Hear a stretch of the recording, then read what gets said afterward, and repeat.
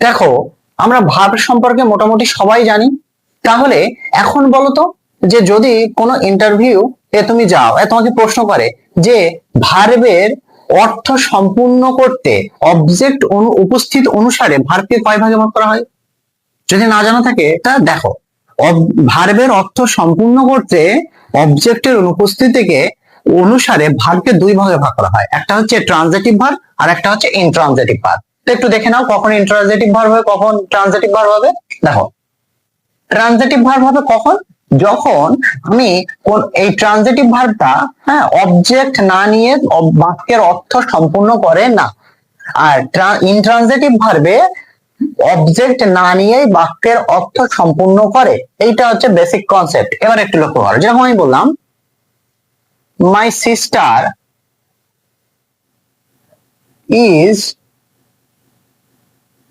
Drawing, আমার বোন আঁকছে। আমার বোন আঁকছে, কি আঁকছে? একটা মনের মধ্যে কিন্তু প্রশ্ন থেকে যাচ্ছে। তো যখন আমি এই ভার্বটাকে কি বা কাকে দিয়ে প্রশ্ন করব, কি, যখন এই ভার্বটাকে আমি কি বা কাকে দিয়ে প্রশ্ন করব এবং তার উত্তর পাবো, যে উত্তরটা পাবো সেটা হচ্ছে কি অবজেক্ট, এবং সেটা হবে কি ভার্ব? Transitive verb. আর ইনট্রানজিটিভ ভার্ব কি? ইনট্রানজিটিভ ভার্ব দেখো, মাই সিস্টার ইজ ড্রয়িং, আমার বোন আঁকছে। এখানে কিন্তু সম্পূর্ণ অর্থ প্রকাশ হচ্ছে না। কি আঁকছে? এটা মনের মধ্যে ক্ষোভ থেকে যাচ্ছে।